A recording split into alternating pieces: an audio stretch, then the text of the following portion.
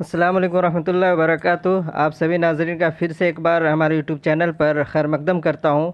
चलिए आज का जो वीडियो है वो एसटीईटी जो 23 पेपर 2 का जो एग्ज़ाम है यानी +2 का जो एग्ज़ाम हुआ उसका आंसर किया गया है। इसमें हम देखेंगे किस सवाल को क्या बिहार सरकार माना है और किस सवाल पे ऑब्जेक्शन हम कर सकते हैं।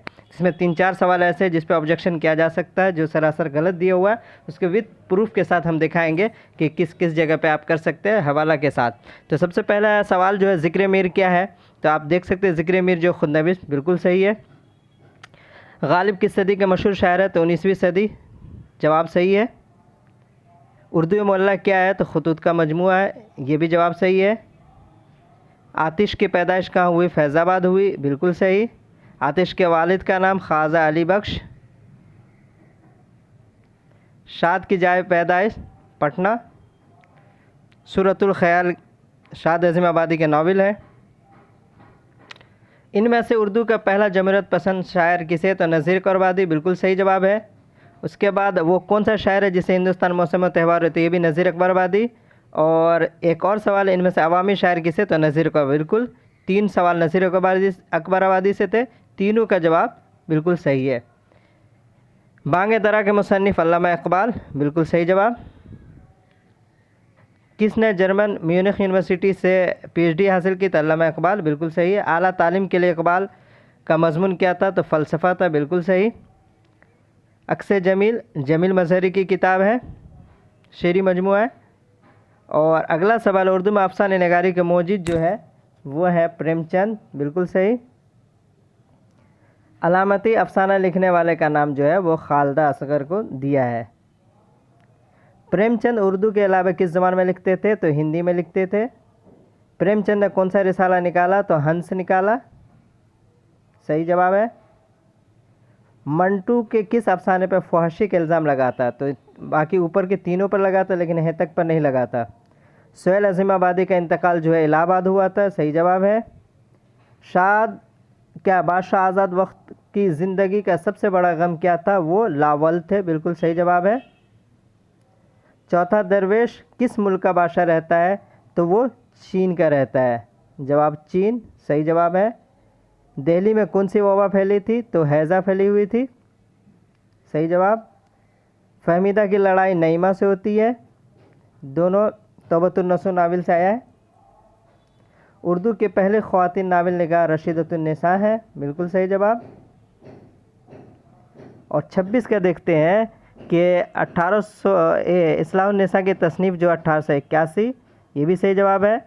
काज़ी अब्दुल वदूद की पैदाइश काकू, बिल्कुल सही जवाब। काज़ी अब्दुल वदूद को दर्ज झेल में से कौन सा अवार्ड मिला, तो गालिब अवार्ड मिला था, बिल्कुल सही जवाब।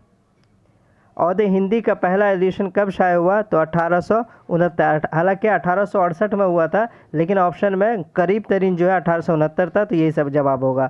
गालिब ने मुरासले को मुकालमा बना दिया, ये ख्याल सबसे पहले ख़ुद असदुल्ला खां गालिब ही का था, सही जवाब है। दर्ज झेल बयानात में कौन 100% दुरुस्त जवाब है, तो ये इनका जवाब था गालिब की वफ़ात फरवरी 1869 को दिल्ली में हुई, तो ये बिल्कुल सही जवाब है। गुबार खातिर क्या है, तो खतूत का मजमुआ है, बिल्कुल सही जवाब।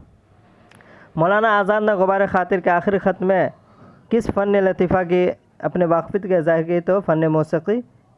अहमद जमाल पाशा की पैदाइश कहाँ हुई, तो इलाहाबाद। अब सवाल यहाँ पे देखेंगे, अहमद जमाल पाशा की पैदाइश कब हुई, तो 1936 दिखा रहा है। अगर आप किताब को खोलेंगे तो 1929 या फिर 1900 जो करीब तरीन है 1930 माना जाएगा, लेकिन उन्होंने 1936 माना है। हम इसके प्रूफ के लिए किताब को लेके आ रहे हैं। तो इस सवाल पे आप ऑब्जेक्शन कर सकते हैं। यहाँ आप देख सकते हैं अहमद जमाल पाशा की पैदाइश 1929 को इलाहाबाद में दिया हुआ है। यह आपके कहकशां बिहार बीएसबी बोर्ड यानी बिहार बोर्ड की जो क्लास 11वीं दर्जे की जो क्लास की किताब है कहकशां, वहाँ से आपको इसका हवाला दे सकते हैं। बल्कि 1929 ऑप्शन में 29 नहीं था तो 1930 को मान लिया जाता है, लेकिन उन्होंने 1936 को माना जो सरासर। इस पे आप ऑब्जेक्शन कर सकते हैं इस सवाल पे।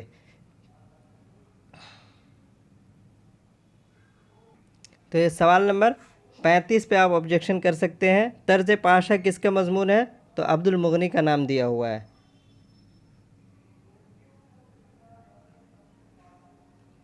सर सैयद अहमद ख़ान की पैदाइश 17 अक्टूबर, बिल्कुल सही जवाब है। सर सैयद ने कौन सा रिसाला निकाला? तो तहज़ीब अखलाक, बिल्कुल सही है।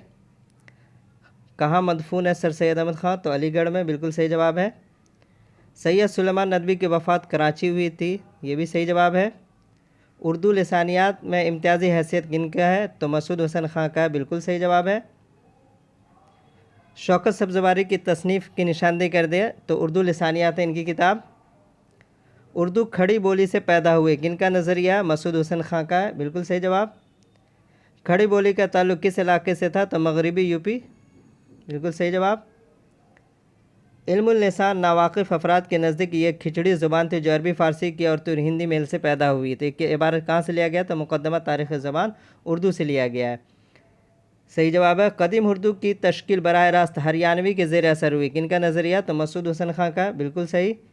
मैं इससे पहले आंसर की बनाया था, आप उसमें हवाला देख सकते हैं। मैं सारे सवाल, तकरीबन 70 सवाल का जवाब वहाँ मैंने बहवाला दिया था। फोर्ट विलियम कॉलेज की बुनियाद किसने की? तो वेल्ज़ली ने की थी, ये भी सही जवाब है। अलीगढ़ तहरीक के रूह रवां सर सैयद खुद थे। खुतबात अहमदिया का मौजू जो सीरत है, बिल्कुल सही जवाब है। अफसानी मजमू अंगारे का ताल्लुक़ जो तरक्की पसंद तहरीक से था, ये भी सही जवाब है। और तरक्की पसंद तहरीक की बुनियाद पहले कुल हिंद कॉन्फ्रेंस के सदर जो हुए थे मुंशी प्रेमचंद, ये भी सही जवाब है। जदीदियत के सबसे ज़्यादा हामी कौन थे? तो शमसुर रहमान फ़ारूकी, ये भी सही जवाब है। मवाद जदीदियत के सहरोज़ा कुल हिंद सबसे पहला सेमिनार किसने करा? गोपी चंद नारंग, इसका भी मैंने हवाला दिया था। गवासी किस दौर का शायर था? अब ये देखिए, ये सवाल भी आपको ऑब्जेक्शन के लायक है। इसमें बहमनी दौर दे दिया है जो बिल्कुल गलत है, कुतुब शाही दौर से था। अभी मैं हवाला आपको दिखा रहा हूँ। ये किताब जो है सानवी और आला सानवी दर्जात NCERT बुक उर्दू ज़बान व अदब की तारीख़, वहाँ आप जाएंगे तो देखिए कुतुब शाही दौर लिखा हुआ है। और इसमें आप यहाँ आएंगे कि कौन कौन शोरा थे, तो यहाँ आपको गवासी मिल जाएंगे। गवासी जो है गोलकुंडा के और कुतुब शाही दौर के बहुत बड़े शोरा गुज़रे हैं। किसके? कुतुब शाही दौर के। तो आप इसका ऑब्जेक्शन कर सकते हैं। हवाला चाहते हैं तो आप हमारे नंबर पे आप कॉल करेंगे, मैं आपका हवाला भेज दूंगा। एक सवाल तो ये रहा, सवाल नंबर 54 का आप ये गलत जवाब दिया है। इसका सही जवाब कुतुब शाही ऑप्शन सी होना चाहिए। इसके बाद है तरक्की पसंद तहरीक की पहली कॉन्फ्रेंस कब हुई? तो 1936, बिल्कुल सही है। इनमें से कौन शायर रूमानी थे? तो अख्तर शिरानी गया, ये भी सही जवाब। उर्दू तनकीद की बुनियाद अलीगढ़ के ज़ेर असर हुई थी, किस तहरीक के असर? तो ये भी सही जवाब। हल्का अरबाब ज़ौक़ किस तहरीक के मतवाज़ी चली? तो तरक्की पसंद तहरीक के, ये भी सही जवाब। जदीदियत किस पर ज़ोर देता है? तो फ़र्द के ज़ाती तजर्बे पे, ये भी सही जवाब है। काज़ी अब्दुल वदूद क्या थे? तो मुहक्किक थे, ये भी सही जवाब है। मक्ता किसे कहते हैं जिस शेर में शायर का तखल्लुस रखते हो? ये भी सही जवाब है। मीर अनीस के वालिद का नाम मीर खलीक था, ये भी सही जवाब है। सौदा का पूरा नाम क्या था? तो मिर्ज़ा मोहम्मद रफ़ी सौदा, ये भी सही जवाब। और इसके अलावा नाविल उमराव जान अदा में हिंदुस्तान किस शहर की मुआशरे के नक्शा खींचा है? तो लखनऊ, ये भी दुरुस्त जवाब है। दास्तान को अंग्रेज़ी में क्या कहते हैं? तो उसको कहते हैं लेजेंड कहते हैं, ये भी सही है। हयात जावेद किसकी सवाने है? तो सर सैयद की सवाने, लिखने वाले हाल ही हैं।